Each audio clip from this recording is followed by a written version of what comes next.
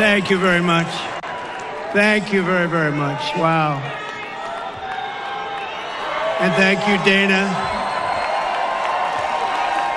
Thank you, Kid Rock, sometimes referred to as Bob. And thank you, Lee, right from the beginning. Thank you very much. What a talent. What a beautiful, beautiful soul. Thank you. Friends, delegates, and fellow citizens, I stand before you this evening with a message of confidence, strength, and hope. 4 months from now, we will have an incredible victory, and we will begin the 4 greatest years in the history of our country. Together, we will launch a new era of safety, prosperity, and freedom for citizens of every race, religion, color, and creed. The discord and division in our society must be healed. We must heal it quickly. As Americans, we are bound together by a single fate and a shared destiny. We rise together or we fall apart. I am running to be president for all of America, not half of America, because there is no victory in winning for half of America. So tonight, with faith and devotion, I proudly accept your nomination for President of the United States. Thank you.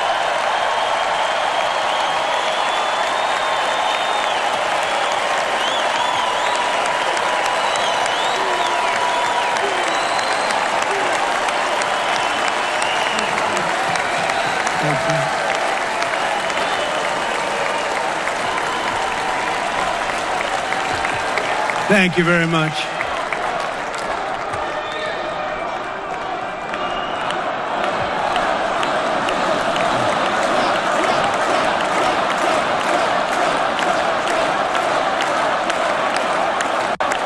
Thank you very much. And we will do it right. We're going to do it right.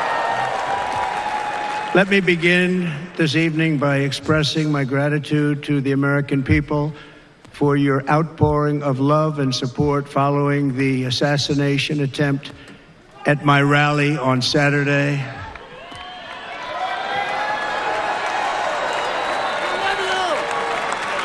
As you already know, the assassin's bullet came within a quarter of an inch of taking my life. So many people have asked me, what happened? Tell us what happened, please. And therefore, I will tell you exactly what happened, and you'll never hear it from me a second time because it's actually too painful to tell. It was a warm, beautiful day in the early evening in Butler Township in the great Commonwealth of Pennsylvania. Music was loudly playing, and the campaign was doing really well. I went to the stage and the crowd was cheering wildly. Everybody was happy. I began speaking very strongly, powerfully, and happily because I was discussing the great job my administration did on immigration at the southern border. We were very proud of it.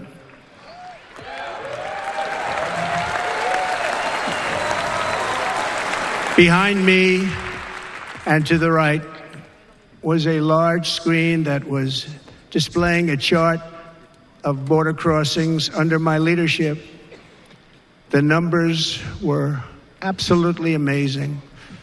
In order to see the chart, I started to, like this, turn to my right and was ready to begin a little bit further turn, which I'm very lucky I didn't do, when I heard a loud whizzing sound and felt something hit me really, really hard on my right ear. I said to myself, wow, what was that? It can only be a bullet. and moved my right hand to my ear, brought it down. My hand was covered with blood, just absolutely blood all over the place.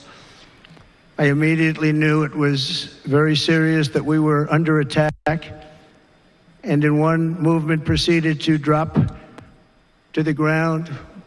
Bullets were continuing to fly as very brave Secret Service agents rushed to the stage, and they really did. They rushed to the stage.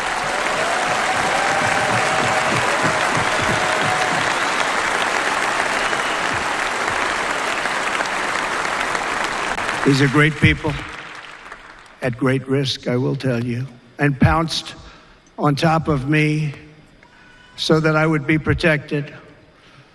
There was blood pouring everywhere, and yet, in a certain way, I felt very safe because I had God on my side. I felt that.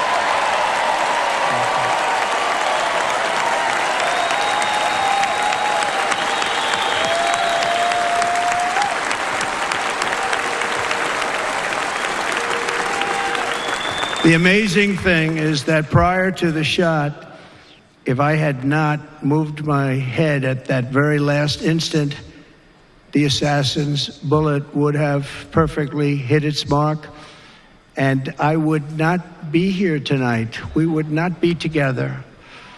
The most incredible aspect of what took place on that terrible evening in the fading sun was actually seen later. In almost all cases, as you probably know, and when even a single bullet is fired, just a single bullet, and we had many bullets that were being fired, crowds run for the exits or stampede, but not in this case. It's very unusual.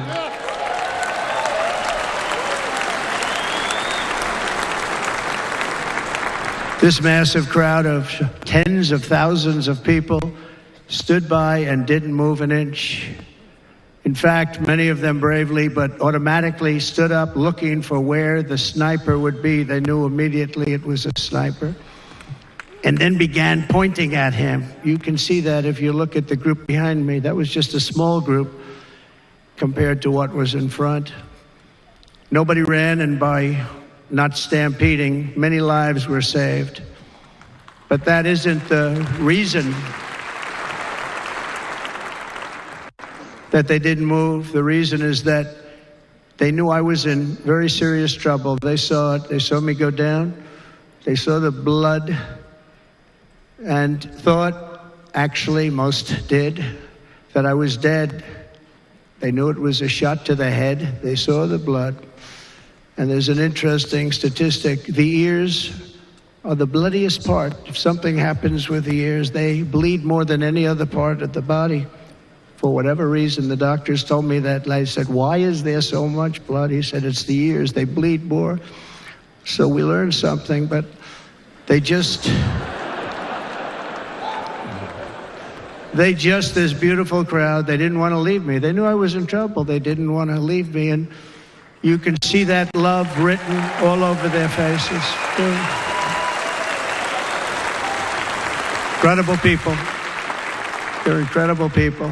Bullets were flying over us, yet I felt serene.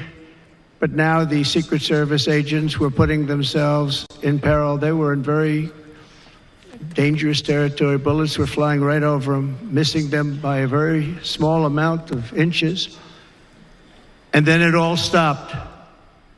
Our Secret Service sniper, from a much greater distance and with only one bullet used, took the assassin's life, took him out.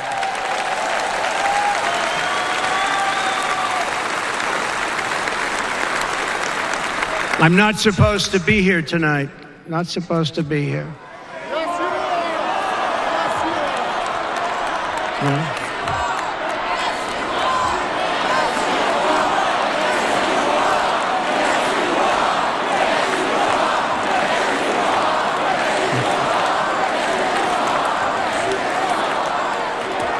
Thank you.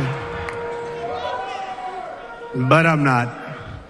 And I'll tell you, I stand before you in this arena only by the grace of Almighty God.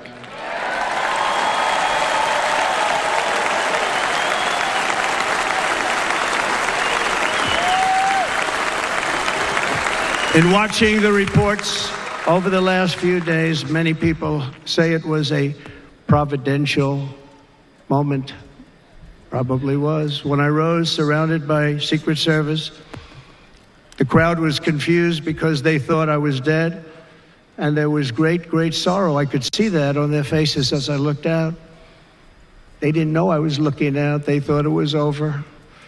But I could see it, and I wanted to do something to let them know I was okay. I raised my right arm, looked at the thousands and thousands of people that were breathlessly waiting, and started shouting, "Fight, fight, fight."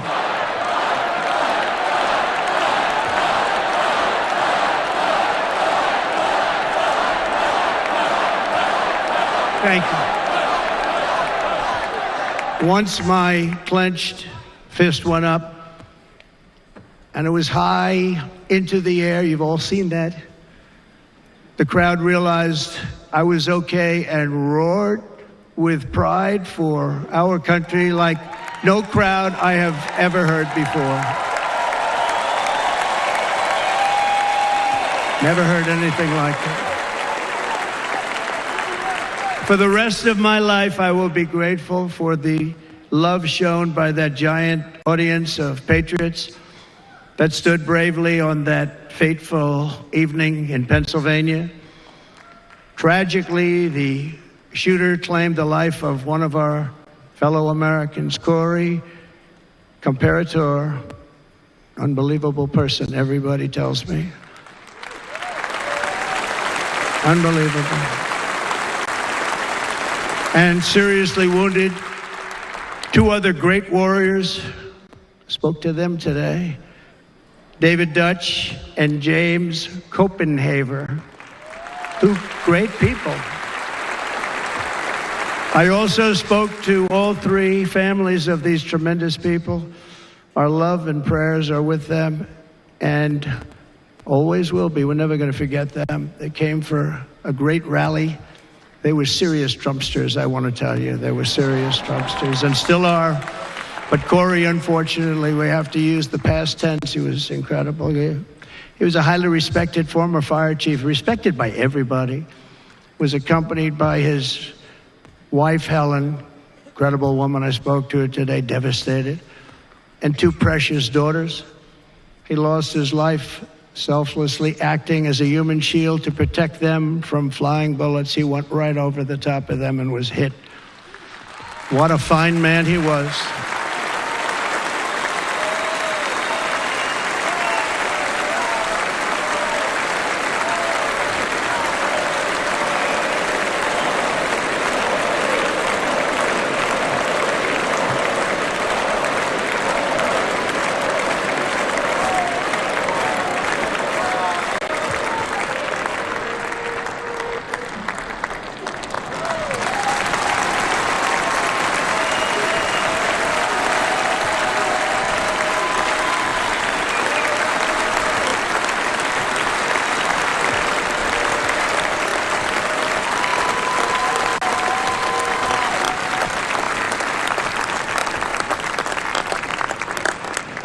I want to thank the fire department and the family for sending his helmet, his outfit, and it was just something, and they're going to do something very special when they get it. But we did something which cannot match what happened, not even close.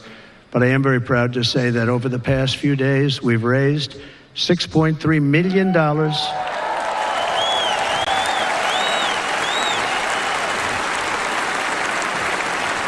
for the families of David, James, and Corey, including from a friend of mine just called up. He sent me a check right here. I just got it. $1 million from Dan Newland. Thank you, Dan. And again, when speaking to the family, I told them, I said, well, I'm going to be sending you a lot of money, but it can't compensate. They all said the same thing. You're right, sir. We appreciate so much what you're doing, but nothing can take the place in the case of Corey. And the other two, by the way, they were very, very seriously injured, but now they're doing very well. They're going to be okay. They're going to be doing very well.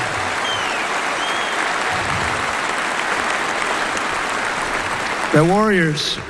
So now I ask that we observe a moment of silence in honor of our friend Corey.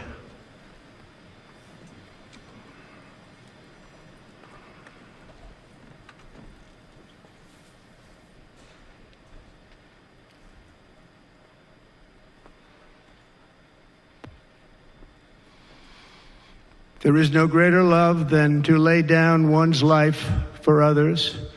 This is the spirit that forged America in her darkest hours, and this is the love that will lead America back to the summit of human achievement and greatness. This is what we need.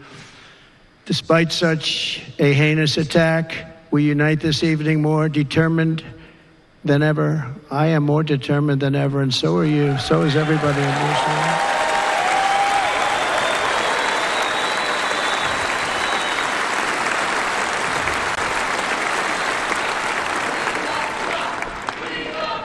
Thank you.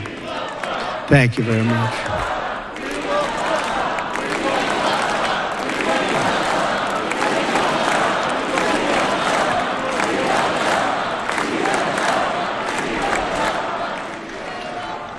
Our resolve is unbroken and our purpose is unchanged to deliver a government that serves the American people better than ever before.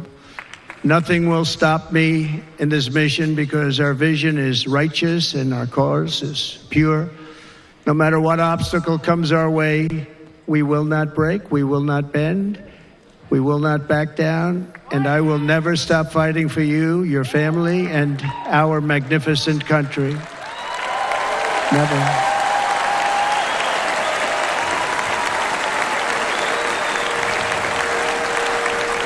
And everything I have to give with all of the energy and fight in my heart and soul, I pledge to our nation tonight. Thank you very much. I pledge that to our nation. We're going to turn our nation around, and we're going to do it very quickly. Thank you.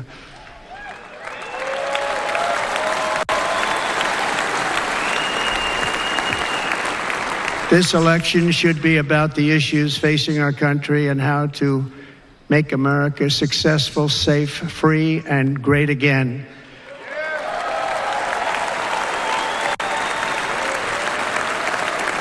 In an age when our politics too often divide us, now is the time to remember that we are all fellow citizens. We are one nation under God, indivisible, with liberty and justice for all.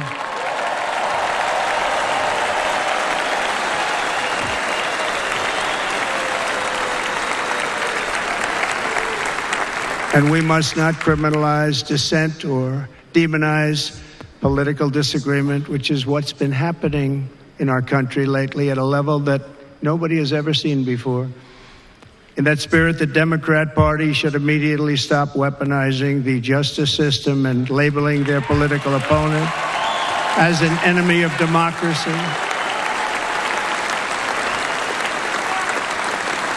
Especially since that is not true. In fact, I am the one saving democracy for the people of our country.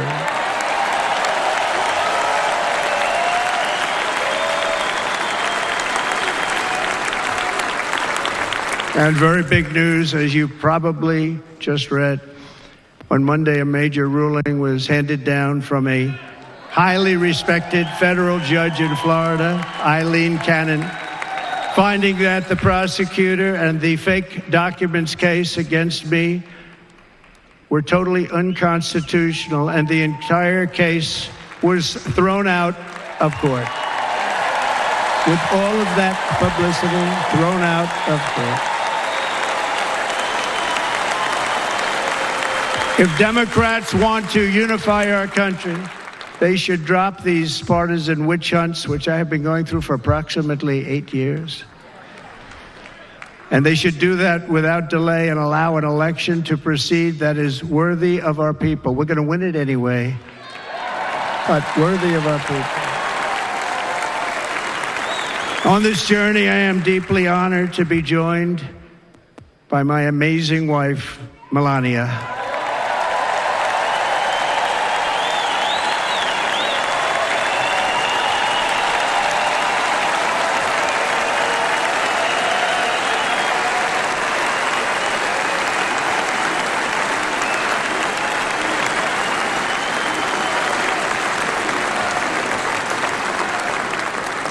And Melania, thank you very much. You also did something really beautiful, a letter to America calling for national unity, and it really took the Republican Party by surprise. I will tell you, it was beautiful.